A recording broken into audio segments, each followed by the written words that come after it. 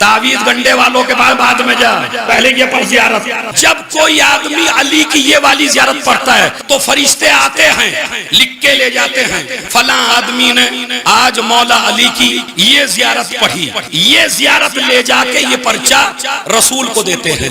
रसूल अपनी मोहर लगाते हैं, मोहर लगा के कहते हैं इसे 7वें आसमान पे रख दे।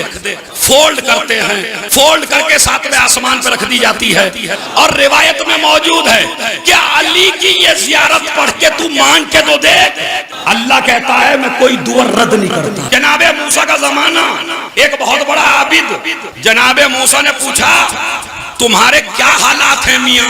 जैसे मौलवी पूछते हैं कि भाई तुम्हारे क्या हाल है।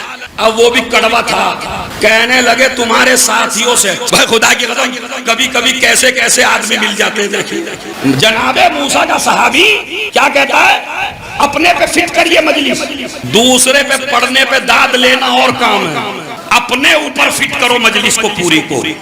अब वो सुन लीजिए क्या कैसे हालात हैं। कहा जब तक तुम्हारी मानता था, नमाज पढ़ता था, रोजा रखता था, जो तुम कहते थे वो करता था, हालात बिगड़े गई थे। और जब से अपनी माननी शुरू कर दी, दिल में आया नमाज पढ़ी, दिल में आया नहीं पढ़ी, दिल में आया रोजा रखा, दिल में आया नहीं रखा, दिल में आया ज़कात दे दी, दिल में आया नहीं दे दी। मैं अपना कारोबार देखता हूँ, मैं अपना काम देखता हूँ, मैं अपनी तिजारत देखता हूँ, न बुखार, न नजला, न कैंसर, न शुगर, न बीपी, न हार्ट, न इक्तसादी परेशानी।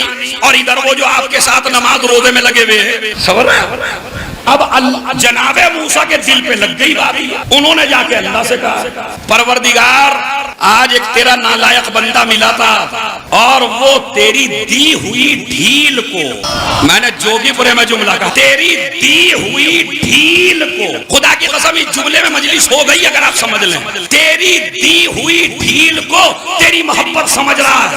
होते हैं ना ऐसे, अल्लाह हम पे तो बड़ा मेहरबान है मियां, किसी चीज की कोई कमी नहीं और नमाज भी नहीं पढ़ी। और ये 4 दिन लोग जोगीपुरे में मजलिसों में बेचारे टेंटों में पड़े गर्मी में, इनके हालात खराब और मैं मिनिस्टर, मेरे हालात बड़े अच्छे। अल्लाह से कहा परवरदिगार ये माजरा क्या है? जनाब परवरदिगार ने कहा मूसा वो बीमार है। भाई डॉक्टर साहब आप इस मसले को जल्दी समझेंगे क्या? मूसा वो बीमार है। अब मूसा कहने लगे परवरदिगार वो तो कहता मेरे कोई बीमारी नहीं है। अब डॉक्टर साहब आप बताइए मजमे को, बीमारी कौन सी खतरनाक है, जिसका पता चल जाए या जिसका पता ना चले? नहीं सुन लीजिए, जिसका पता चल जाए वो खतरनाक है। ये जो दर्द उठने लगता है ना कभी कभी, इस दर्द को अजाब ना समझना, ये रहमत है। ये तुम्हें मुतवज्जे कर रहा है कुछ बीमारी है। अब अगर आप ना बोले तो मुझे खुदा की कसम एक एक आदमी से शिकायत हो जाएगी। क्या मूसा वो बीमार है मगर उसको अपनी बीमारी का एहसास नहीं है। परवरदिगार कौन सी बीमारी में है? अब सुन लीजिए जवाब उन लोगों का जो फर्शे आज़ा तक क्यों नहीं आते। लोग चाहते हैं आए, नहीं आते। तो मूसा से अल्लाह ने कहा कि असल में हमने इसके दिल से अपने जिक्र की लज्जत को से नहीं खुदा की कसम जो टैंक में भी बैठे हैं ना उनसे भी दाम ले लूंगा। क्या खुदा की कसम अल्लाह क्या कहता है, ए मूसा मैंने अपने जिक्र की लज्जत को इसके दिल से निकाल लिया। इसे गीबत में मजा आता है, इसे हसद में मजा आता है, इसे चोरी में मजा आता है, इसे कौम को लड़वाने में मजा आता है, इसे मजलिस में मजा नहीं आता, इसे मस्जिद में मजा नहीं आता। और उसकी वजह यह है कि इसकी ग़िज़ा पाक, क्या इसकी ग़िज़ा पाक। तो अगर तुम्हारा मजलिस में आने को दिल ना चाहे तो अपने घर की ग़िज़ा चेक करो, अपने घर की ग़िज़ा चेक करो। इसलिए कि नजिस ग़िज़ा का पहला असर ये होता है कि वो हक सुनना नहीं चाहता, वो हक बोलना नहीं चाहता, ना वो हक बोलता है ना वो हक सुनता है।